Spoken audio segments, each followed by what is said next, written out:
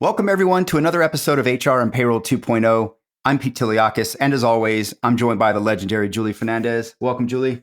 Thanks, Pete. Excited to be recording today, and I think we are going to take a geographic tour today with our guests. Yes, we are.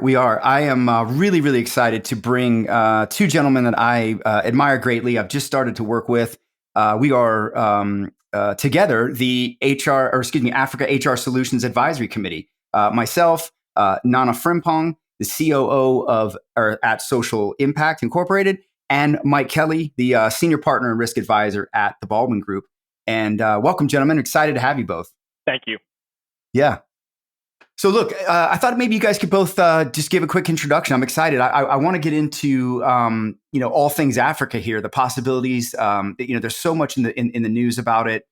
We see the huge talent pool there, just the growing. We've seen a couple of even startups. I saw us have some big valuations recently there. Just a lot going on in the tech space, a lot going on in growth, and certainly just excited to talk to you guys. So Nana, maybe you could get us started. Tell us a little bit about what you do, and then Mike, maybe you can go after him. Sure. Thanks, Pete. And it's great to be with you and your listeners and Julie as well. So I work with a company called Social Impact Incorporated. We are a monitoring, evaluation, and learning firm, consulting firm located out of Arlington, Virginia, specifically in Boston. And what we do is support the U.S. government, and some of our other clients and foundations, both domestic U.S. government agencies and international U.S. government agencies, to essentially realize the impact of dollars invested in specific programs within the different communities that the U.S. government supports. So this could be internationally, all over the world. We support our clients in over 60 countries, and also domestically, where we're currently expanding our portfolio to support a couple of clients already in like the city of Oregon and other agencies as well that we're currently working with.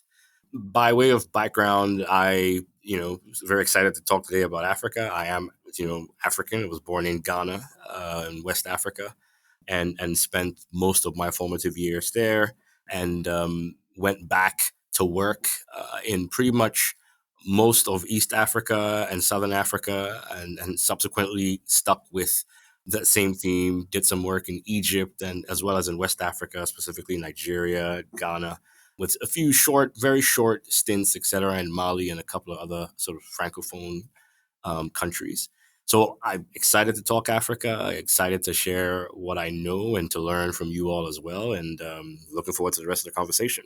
Yeah, absolutely. I'm excited. You got some great experience, Nana, and I want to dig into it, man. Mike, how about you, man? Tell us a little bit about what you do. Yeah, thanks for having me, Pete. And as you indicated, I'm a senior partner with the Baldwin Group, and we are risk advisors and insurance brokers. And about 15 years ago, at that point in time, we just by happenstance managed to have a number of international non-governmental organizations or international development organizations as clients. And at that time, we realized that they were working largely all over Africa, which is where a great deal of the funding is going for agencies like USAID, private funders like the Bill and Melinda Gates Foundation, and a variety of others. And so, slowly and surely, being born and raised in Richmond, Virginia, I started to come to specialize with organizations that were working all over Africa. I think today we have clients working in every African nation, and that is wrestling with a variety of the challenges because certain areas of Africa are much more developed than others.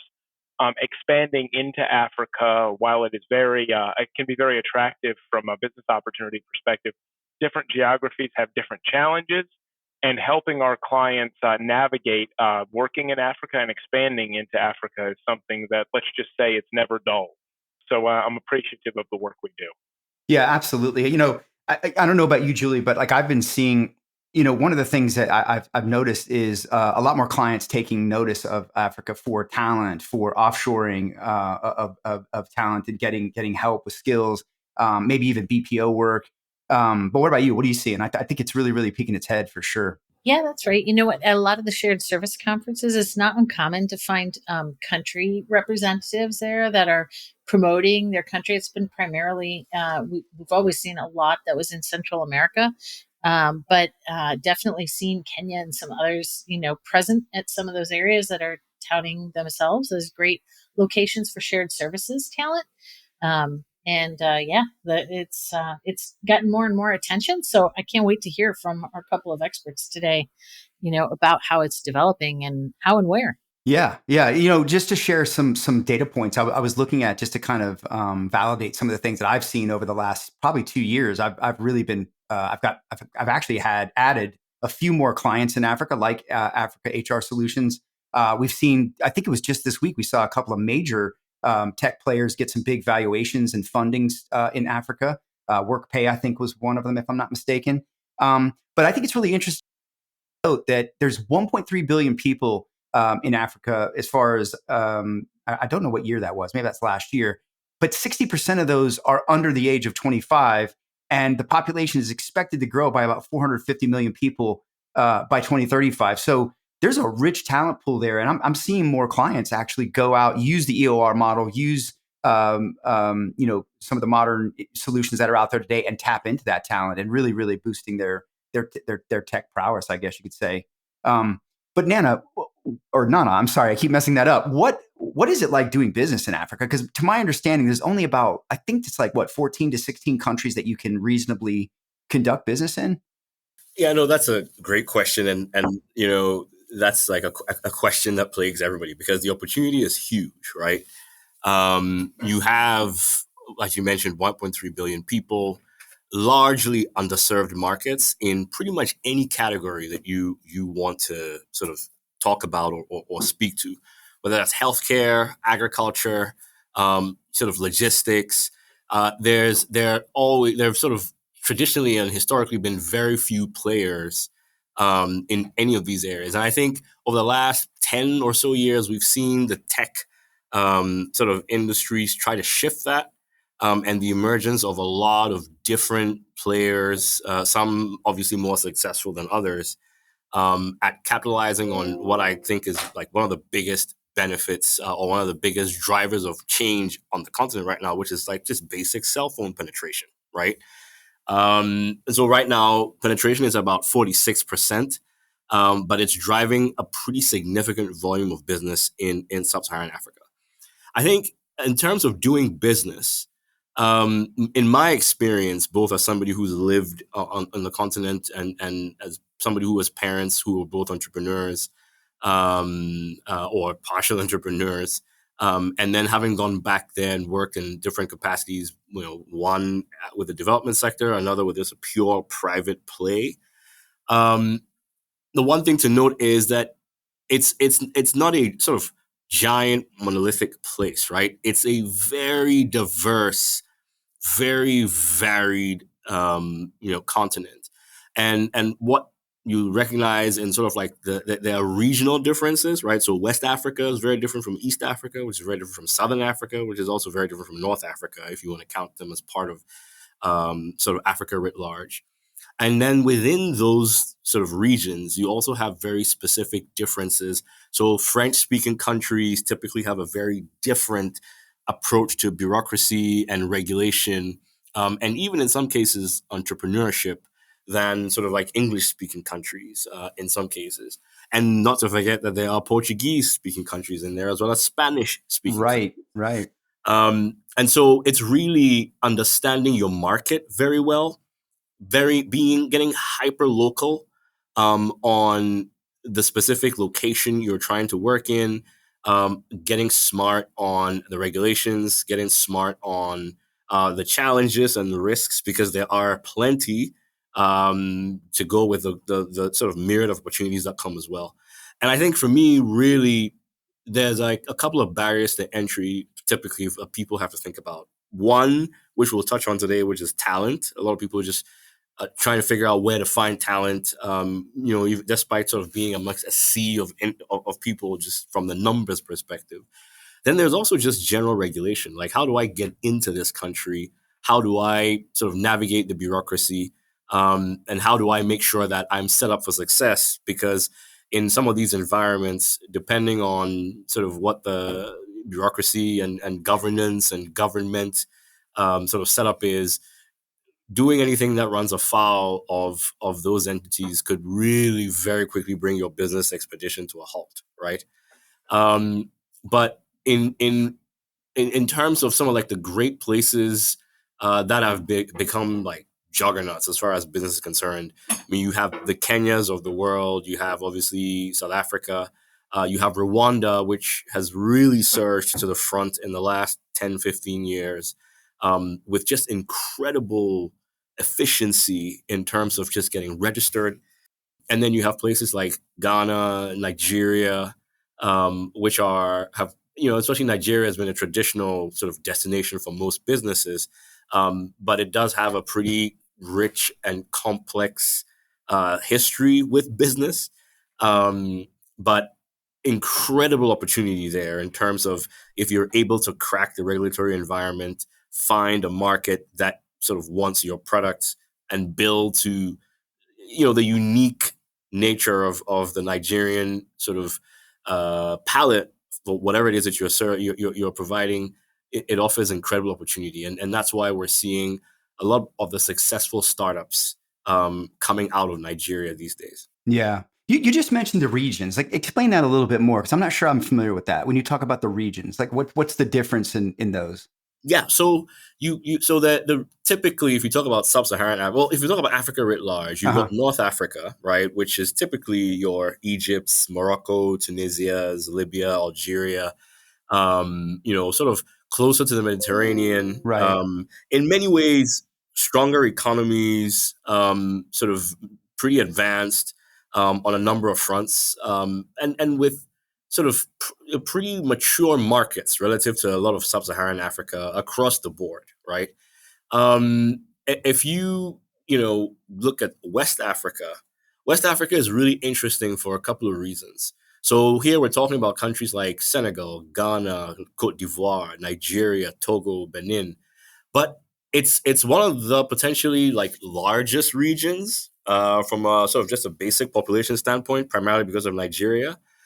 But it also is a region where you have French speaking and English speaking countries basically side by side. And so it makes it very sort of interesting navigating borders on there, because like if you're in Ghana, like to your left, right, and or west, east, and north are French speaking countries, right? Same with Nigeria, right? They've got Niger, they've got Benin, and they've got Cameroon, which is English speaking and French speaking. And so basically understanding that difference, and what that means bureaucratically, what that means culturally, what that means for being able to export across markets regionally within West Africa. And knowing that it's essentially a bilingual market, you need to both have your French and your English dialed in, and as well as like the cultural pieces and differences dialed in if you want to penetrate that market region, or if you want to sort of like think about market entry on a country by country basis. Most people typically will look at a place like Nigeria, which has a pretty sizable population, and say, okay, that's our point of entry. Then you've got Eastern Africa and Eastern and Southern Africa, where they're predominantly English speaking, but also there's some significant differences country to country, right? You've got sort of South Africa with its own specific sort of history and sort of unique position economically on the continent, as one of the sort of powerhouses there. But then you've also got a place like Kenya, which is incredibly entrepreneurial, also very, very innovative from sort of just a youth perspective, and even the existing businesses there. And then you make your way up to places like Tanzania, which are sort of up and coming, have a slightly less robust sort of entrepreneurial economy, but are also sort of pulling their weight, and then to the Rwandas of the world. But then there are also some of these hidden gems like Angola, like Equatorial Guinea, countries that oftentimes are out of the spotlight because they're neither English nor French speaking. Angola's primary language is Portuguese. Equatorial Guinea speaks Spanish. but they also present tremendous opportunity for those who understand how to navigate those markets and are willing to venture there. This is William Tincup, and I'd like to talk to you a little bit about Indeed FutureWorks. Ryan and I attended the conference last year, and we created a limited series for Indeed where we talked to their customers. Great stories around TA and how they use Indeed to the max. So check it out. It's just Indeed FutureWorks 2024. You can search for it wherever you get your podcasts. Thanks. What I love about the Workforce Agility Limited Series by Cornerstone was we talked to executives and customers all about skills. Skills. Cornerstone has a wonderful background in learning and development, training, etc. Their LMS is world class, but they've centered the business now, not just on that, like building upon that, but building upon how everything is moved to the skills economy. So check out the limited series called Workforce Agility, and you can get it wherever you get your podcast. And it's just a wonderful series where we talk to their executives on the shift of why, and also their customers that are using it. So check it out whenever you get a chance. Appreciate it. Yeah. It's exciting. I mean, it really is. I mean, I'm talking to more and more buyers that are thinking about it and looking at these emerging markets and trying to figure it out for many reasons. But Mike, what do you got? What do you see, man? I mean, you're dealing with customers kind of going all over the world. Like, what's the percentage of Africa? What's the tone right now? Well, it's interesting, and I mentioned my specialization in organizations like social impact, those that are NGOs.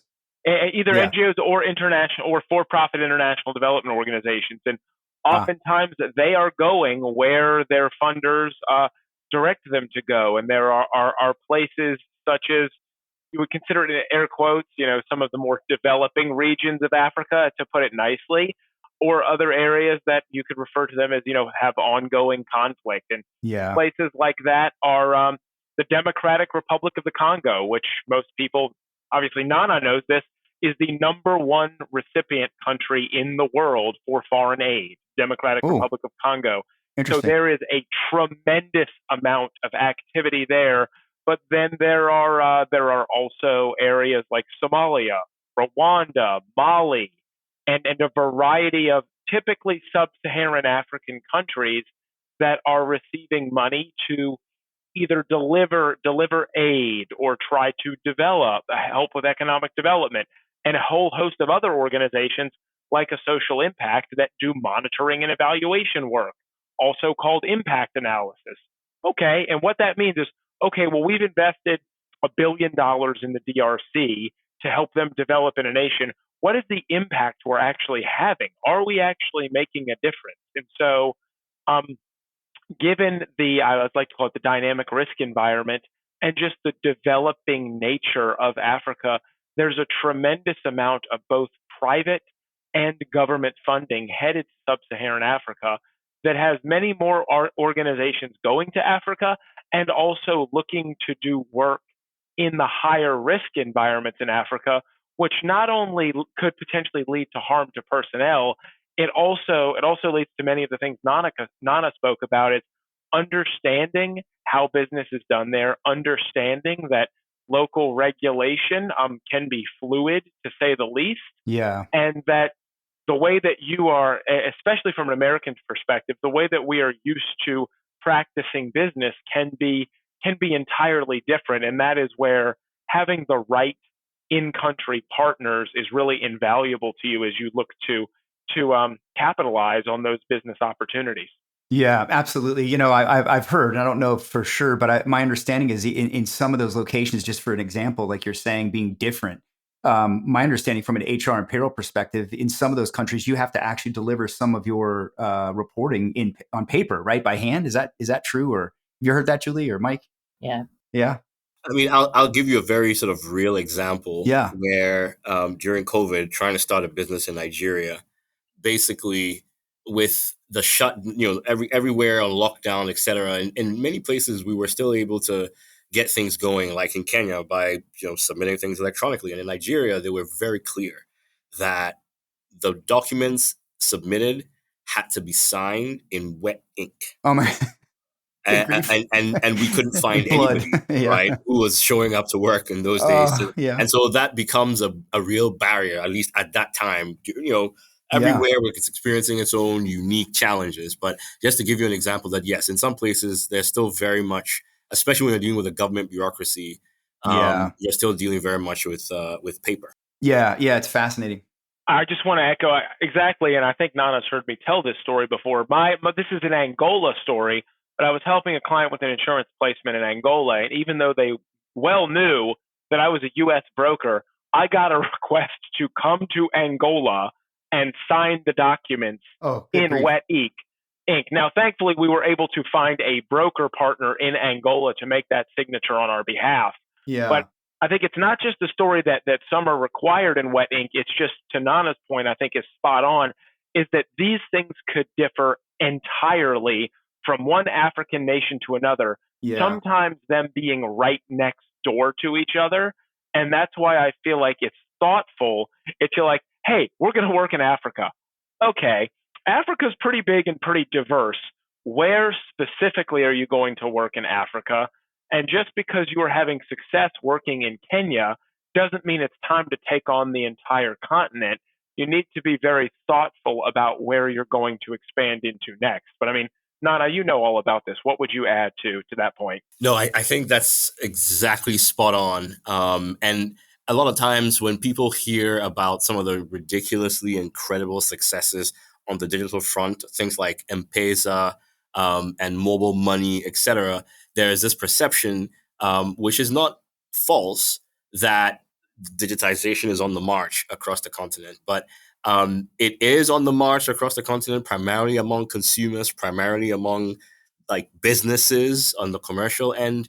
But if you're trying to establish a business and you have to deal with government bureaucracies and sort of regulators, etc., you're most likely going to encounter this, patchwork of different approaches to doing that across the continent from country to country. Yeah. So any approach, any strategy that you want to take to expansion into Africa has to be on a country by country sort of tactical level. That's a great point. Point. I think a lot about the talent as well. So I've had the pleasure in the past of working with Laureate, which does a lot of education facilities, programs, international universities, right, in developing areas around the world. I don't think Africa was there. They did more South America and Central America, but we're in South Africa back in the day. But putting up these institutions and programs and picking and having the right sort of programs to help feed the talent pool, right, in these growing areas or areas where folks want to go up into is part of the overall infrastructure that you need in order to grow and do business more often, more successfully, and on a greater scale in some of these countries. Yeah, absolutely. Julie, curious, just speaking of NGOs, right? If you're what's HR and payroll like in an NGO, in a nonprofit like that, and also trying to navigate a location that's tricky, right? Do you have any experience of that? I don't have a ton. Probably no different than some other internationals, whether it's oil and gas that end up in very strange, I won't say strange places, right? But less common places, or construction or mining type facilities where, you have to be where the raw materials are. That creates a challenge, an obvious challenge, and a global payroll imperative that just, thank God, there are vendors who are really focusing on certain sections of the world and certain areas and trying to grow and strengthen and make very hardy their business services. I think the employers of record, I think, the global payroll folks, I think a lot of folks who are really trying to provide a service that does help solve the challenges, right? Yeah. And I'm grateful that they're doing it, because it requires a lot of investment. It requires investment dollars. It requires, acumen to get it right. And it's something we'll be talking about for a long time to come. Yeah. Yeah, absolutely. Nana, just curious, if you did go about this yourself, right? Let's say you didn't have the help of an EOR, like Africa HR Solutions or a peer. What would this take on average to go from, say, day zero to being able to operate in a country? Are we talking months? Are we talking a lot more? Or does it depend? It depends on the country, right? I can tell you my own personal experience having tried to do this for social impact, and sort of my other employers in the past. Um, it varies country by country. I've been able to register a business and get sort of bank accounts and everything set up in a week. For Wow. example, in Liberia, Yeah. A I've been very able American place, by the way. very American place. And in Ethiopia, I was told it was going to be a complete nightmare, and it was done in the better part of a month. Wow. I've Yeah. also been in places where it's taken me a year to get registered, and so it really varies country by country. A lot of that is also dependent on a few things, right? So it's understanding the regulations and understanding what is required, but also just picking the right legal counsel is important. Yeah. And also in some ways being present on the ground yourself to be able to show up and push, right? Yes. Yes. This is a very typical sort of like squeaky wheel gets the grease scenario. You have to be there. You have to be present. You have to build relationships with people in these bureaucracies. It's not like Africa is not, generally speaking, it's not a place where you can sort of just like walk in, be all business and walk out, right? A Right. lot of times, and in specific countries, building a relationship, building some level of rapport with the people that are helping you can be the 360 degree, or 180-degree difference between having your paper sit at the bottom of a pile somewhere to just having it move along the process as smoothly as possible. So it's Yeah. incredibly important to understand sort of where you are, who you're dealing with. Make sure you're getting good advice and good partners that are supporting you in that endeavor. And also just if you are present, showing up is super important. If you Right. are not, making sure that whoever is representing you on the ground is showing up on a regular basis, to navigate some of these barriers and answer questions that sometimes may just pop up out of nowhere, where they didn't exist in the previous week or month. Right. Right. I was just going to say showing up, but yeah, with a little bit of a clue, right? A clue about the culture and the context and like be there, but be there doing the right things and saying the right things. Yeah, well, Exactly. even I think the key word there, Nana, was the relationship, right? I mean, Yeah. I've seen that. I did a lot of work throughout my career in Latin America, Mexico, Argentina, Brazil, so on. And relationships are essential there. I mean, Julie, you probably have seen that, right? If you don't have a relationship, you're going to have a hard time selling anything without sitting down with people, face to face and getting to know them. Which I think it goes back to, I believe, it's some of the certainly culture, but also the trust for the business environment, right? The Yeah. government, the currency, all of that. It makes people want to know each other and know that a handshake with a real person and the actual person is coming with that. So, Mike, just your perspective on this, man. What you've seen a lot of companies making the jump into Africa. What do you think are some of the key successes for those that do it right? Yeah, I'd like to expand upon what Nana said because Yeah, please. if you are let's just say, again, U.S. company spanning into Africa, and we'll say to do whatever for the first time, and you think you're going to take standard U.S. business practices and bootstrap this and Right. get it done yourself, and you need to do it all yourself because you're a startup, you are going to be deeply disappointed. Yeah. That's right. The value of local relationships, and what I mean is just the people that you are going to need to employ professionals on the ground who know how to get things done in that local area, and that's where tapping into your peer network, other similar organizations who are seeking to do something similar to you, that's one. But then, or other organizations who are simply working in the same geography are struggling with similar challenges, and or the go-to service providers in those environments who are well established, who have done it time and time again, and know specifically who you need to talk to, and to Nana's point, when you need to show up, and specifically what you need to say. Yeah. I think is all the more important when it comes to these types of things, as well as taking into account the relative stability of the area that you are working in, and how quickly things could potentially change, and then what are your contingency plans if and when things do change? You Yeah, know, agreed. one of the things I see a lot of large corporations stumble on, I guess I'll say, is, they get used to feeling like they're a large coveted logo, a well-known household name, especially in their regions of heavy business focus. So your headquarters in North America or whatever, and even just being able to attract talent that can be that astute, right, to navigate the environment. Companies repeatedly try to go into new areas, whether it's with some big or a small presence, and finding folks that don't recognize their business name as any big deal at all.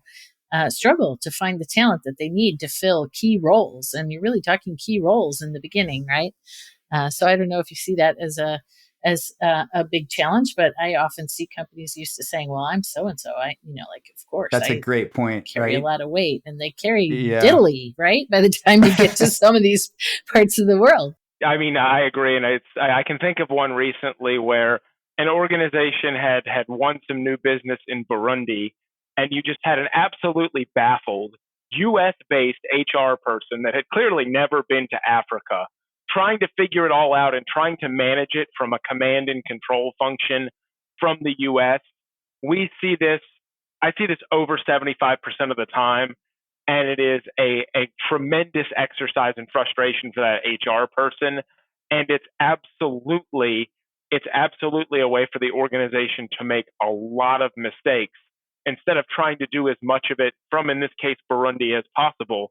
The very interesting thing too is this kind of starts a little bit earlier, because when we're talking about expanding into Africa, you need to start with, what is this going to look like? You know, do we actually need a legal presence in this location? Do we That's actually right. need an entity? Are we going to have taxable events? And are we going to be there long term? Because if the answer to some or any of those questions is no, going to getting registered, establishing an entity, paying all those costs, and then paying to maintain that entity might not make sense. And Nana, I know you've got some familiarity with this calculus. I feel like I really oversimplified this. What would you add? Yeah, I think that's exactly right. And so it's really it comes down to really sort of understanding of your exactly what you mentioned, Mike, which was like, what are your objectives in said country? In some, so in one case, even I'll take it a step back and say, as a company, do you have a clear path, like, to market? Have you tested your hypothesis, and are you sure that you're going to have uptake, or are you there to test the market? So, this is just an example, if you're there to test the market, are there ways in which you can do this without incurring all the upfront costs and sometimes frustration that may come with trying to establish an entity and do all these things? Or are there other ways in which you could stay legally compliant, test your concept, and then decide if you want to basically establish roots? Yeah, that's a great point. I think you're saying a roadmap, basically. You need a roadmap. You need a very clear roadmap. It should be informed by people who have experience on the ground, and it should be executed by people who are on the ground and understand the context in which they're operating in, preferably people who have done this many, many times, and you'll see more success. Otherwise, if you take sort of like the standard approach of, I'm going to go into country X, I'm going to set up, I'm going to get registered, and then we're going to get this work done, and it's going to take us X number of days, however long you think it's going to take. In some cases, you probably need to just like multiply that by like 2 or 5. Yeah. Yeah. And then there are knock-on effects of what you're able to do legally, and or not able to do if you don't scale that first hurdle, right? So you didn't get registered. Oh, now can you get a bank account? Can you employ staff? Do you owe taxes? Are there exemptions that you are maybe eligible for, but now you no longer are? And what are some of like the penalties and costs that could come your way if you choose to ignore the sort of legal regulatory framework and just proceed on a whim? And so I think it really comes down to understanding what it is you want to achieve, what approach would best serve your purposes, which specific locations or location do you want to test that in, and what are your markers for success, and then find out from people who are experts the quickest way to navigate sort of around those bureaucratic challenges, et cetera, so that when you have a business case for establishing deeper roots, you can go out there and make the case, but you at least are compliant in a way that allows you to continue with your work without having it come to like a complete standstill. Nana, I think of the number of times, right? Go back to your poor, well-intentioned HR person, dealing with Burundi. and I had a pharmaceutical fast-growing woman who was very astute in the HR operations globally, who came to me more than once and said, "Oh, you wouldn't even believe this, but the company, the HR organization, recruiting organization, just reached out to me and said, 'Hey, I just hired an employee in X country,'" right? And she's like, "What do you mean you just hired an employee there? Like, we don't have payroll there. We don't have an entity there. We don't have any earthly idea. We have no business hiring an employee somewhere." And it's crazy to think in today's day and age that can happen, but it absolutely does. It happens with some companies and organizations you wouldn't think it could possibly happen in. Like panic ensues afterwards, and then you got to try to figure out and correct and solve for all of those things that you could have thoughtfully done up front, or maybe even had a go-to, right? I think that's what a lot of folks use an employer of record for, or a strategic partner for, is like, who's my go-to when this stuff happens, or when it's about to happen. Hey, this is Brent Skinner, host of Small Talk Window here at the Work Defined Podcasting Network. Have you ever wanted a short podcast to listen to during a coffee break of your workday? You've come to the right place. My guests dispense with the small talk as quickly as possible and settle into a meaningful conversation around the world of work. The pace of change in the world of business is fast, and that drives incredible complexity for the world of human resources. Welcome to the HR Data Labs podcast, a series of conversations with experts inside and outside the world of HR on how to innovate, measure, and evolve our practices. Our goal is to help provide you with practical examples of how HR has to change to meet the complexity of the business environment. Every week, we'll talk to new and different voices on all aspects of HR. And at times, we'll get irreverent. Silly even. And sometimes geek out on the data and technology that underlie the processes that drive the world of HR. But the conversations are always insightful and fun. So please, enjoy the HR Data Labs podcast. And one point I want to make very quickly that ties something you said earlier, Pete, to what Julie just said and what Mike said, is when you make these fumbling mistakes in an environment where trust is built over time, in most cases, and what that means, the inverse of that is, like, if you break trust with your first step, that could potentially essentially cast a shadow on you for the rest of your time there, right? Yeah. Thanks for saying that. Yeah. So true. Very expensive and very difficult to repair. Yeah. And I think that's where the lever, right? Pulling that lever and having that is global EOR, having a partner that has those relationships and is constantly protecting that and making sure that they're doing the right things. That's a great vehicle to be able to step into and know you're protected. Absolutely. Hey, and I bet the EORs in developing, and expanding and getting to the point of, more and more global coverage, I'm certain they step in it, along the way as well. I mean, we all learn from our mistakes, so it would be hard to imagine that, even an organization who's gotten its DNA to figure this out and to make sure that they are that go-to when you're first going into a space. I mean, there's a risk there that you're going to step in it. Yeah. Yeah. Julie, one of the things I want to talk a little bit about, kind of like trends and what you guys sort of see coming up, or what you're starting to see and what you think maybe 2025 looks like. But Julie, it was interesting. I was prepping for this episode. I was reading this week that Africa is forecast to create up to 1.5 million new business process outsourcing jobs over the next 6 years, right? At an 80% lower cost to run to that of Western countries, all of which are significantly educated, multilingual, And there's certainly an expectation that South Africa will continue to grow. Kenya is obviously another key area for that. Egypt, we already know Nairobi, I believe, is sort of the Silicon Valley of Africa. But could we see more shared service centers, maybe, particularly for languages, popping up in, say, Egypt or for the region, right? I mean, I don't know. You seeing anything like that? I mean, I think that's bodes very well for the for the HRO world, but I mean, I think it certainly could, right? The area where it'll be interesting to watch is how much of it happens through, let's say, the HRO channels where they have yeah, multiple clients they're caring for. And so they're constantly thinking about where they are and what their location strategy is.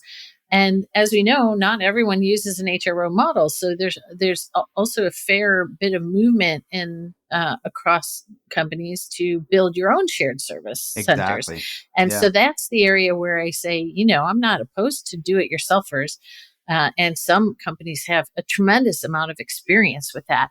But having that experience and having maybe done it in one region or one area and being able to assume that that's portable into other spaces just carries a lot of risk. And so yeah, I think we'll see folks coming at it from a couple of different knowledge points and vantage points, right? yeah, The do-it-yourselfers and those that are using organizations that really are supposed to have super knowledge about it yeah, and super experience. yeah, absolutely. Not Nana, Mike, what do you guys see as far as like maybe trends you're seeing now that you think are going to carry on into 2025? Like, what do you think we can expect for the marketplace this year? Despite everything we just said about all the challenges with bureaucracies and sometimes the need to push paper, etc., I still think that digitization as a, I would call it, a movement on the continent, is still very, very much ripe to continue to disrupt and do very well, particularly in the financial inclusion space, particularly around like the fintechs. We're seeing some really exciting businesses coming out of the continent on that front. Some of them have now become global giants, right? Like Flutterwave from Nigeria, Paystack, which was acquired by Stripe. That's doing really well, and I think that's going to continue to do very well, and bring more and more people who are unbanked, and or previously just were not included in the financial system into the financial system. Yes. As, for example, banks start to partner more and more with these startups, and who are now moving beyond like startups to become like really institutional players Yeah. on that front. Yeah. The other sort of like big area that I'm seeing is in like ag tech, agriculture, just because the agricultural potential on the continent is huge, but has Right. never really been realized, right? Yeah. Yeah. And so that's another really big one that I think that digitization will drive, and linked to that is around like logistics and supply chain. I do think you're also going to see the emergence of some of those sort of like offshore opportunities. When I was working for an Egyptian startup, looking at potential expansion in the US, one of the things that we did, which opened my eyes to, call centers, et cetera, in Egypt, being even more affordable and probably same level, or sort of better in some cases than some of the counterparts in Asia and in other places. I'm starting to see sort of a lot of that also happening, increasingly, in places like Egypt, in places like Kenya. And so those are just sort of three that have caught my eye, Yeah. that I think will continue, probably at an even faster pace, in 2025. Yeah. Yeah. Hey, and don't forget mining, right? The second largest diamond just Yeah. was discovered recently. I remember that. I remember seeing Yeah. that on Twitter a couple weeks ago, like 2,500 carat or some crazy Yep. number. Wow. Right. Wow. Mike, what about you, man? What are you seeing when it comes to like trends and what do you think will kind of keep going for next year? Well, not even next year, but the next 15 years, really. This is Yeah. simply a case of demographics. If Mhm. you look at it, the world, the developed world, let's call it by and large, is as you've heard, we are aging into obsolescence. People are living longer, but birth rates are also declining. And historically, places like China and things like that have been where labor has been outsourced to because of very low cost of labor. However, China is also aging rapidly as well. Now, the interesting thing, Africa is young now, and Africa is only getting younger.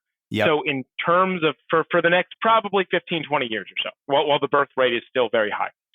So what by necessity, expansion in Africa is going to continue, and it is only going to increase. BPO, business process outsourcing, absolutely tremendous opportunity.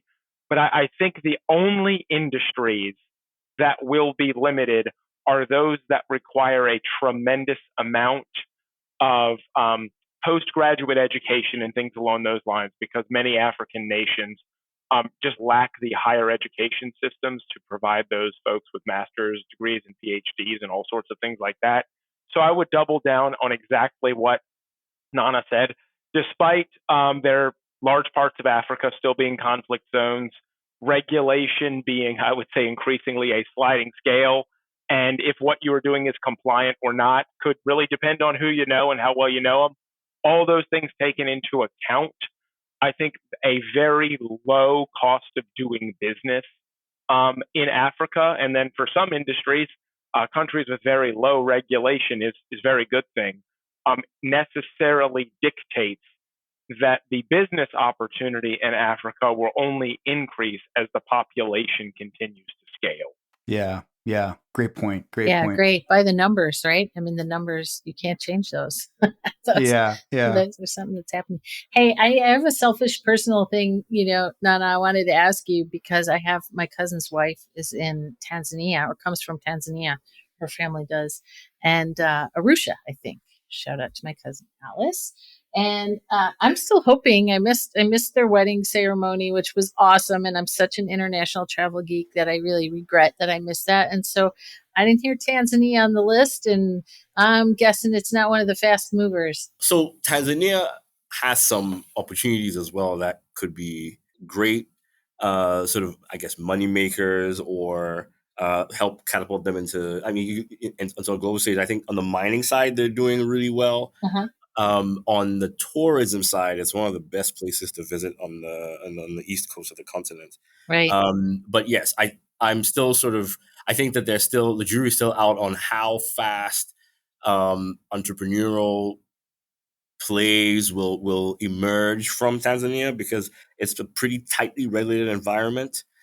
They do have and have had new leadership that's been pretty dynamic and very positive and trying to move things in the right direction. So maybe the next 5 years, we'll start to see something come out exciting coming out of Tanzania, All right. just like we have in Kenya. Good to know, but I think I'll just have to settle for the Tanzanite jewelry for the time being, right? Yes, right. It's purple. It's purple, right? Yes, it's a Yes. beautiful, beautiful gem. It is. I've seen it. Nana, I could ask so many questions, and we're kind of coming to time here, but any advice, or any tips or any lessons learned that you would share just to sort of close this out for folks out there, maybe navigating a footprint in Africa already or headed that way? Any sort of inside baseball you can share, so to speak, that would close things out? Yeah, no, I think before I get to that, one thing I very quickly want to chime in on is the point Mike made about the continent getting younger. Yes. And the point he made about higher education and some of the challenges there. Thankfully, a lot of folks are navigating that virtually, right? But not enough, right? Because not enough people have access to the kinds of sort of technology that you need, and maybe sometimes even the financials that you need to be able to access some of these international sort of virtual master's degrees and so forth.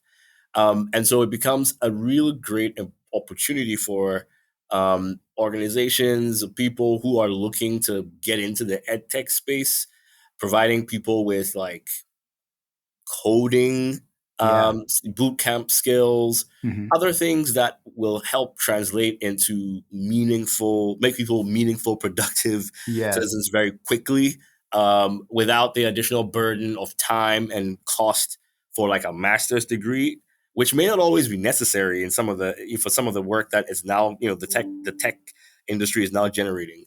I think would be also a really big boost to the economy, to that particular business and their investment, if they're able to get it done correctly. Because one of the things that I worry about is the same blessing or advantage that we have with youth could become a curse very quickly if those youth are not engaged in ways that make them productive and ensures that it keeps them out of trouble, basically. But in terms of sort of advice to end on this and wrap things up, so everybody knows that the Chinese plan like several years, sometimes a century in advance. And so it's all, and right now they're really looking for ways to assert their authority. And one of the ways they're doing this, by the way, is by going to sub-Saharan Africa. So in almost every African country today, you have increasing investment and presence from Chinese individuals and the Chinese government, because the opportunity there is huge.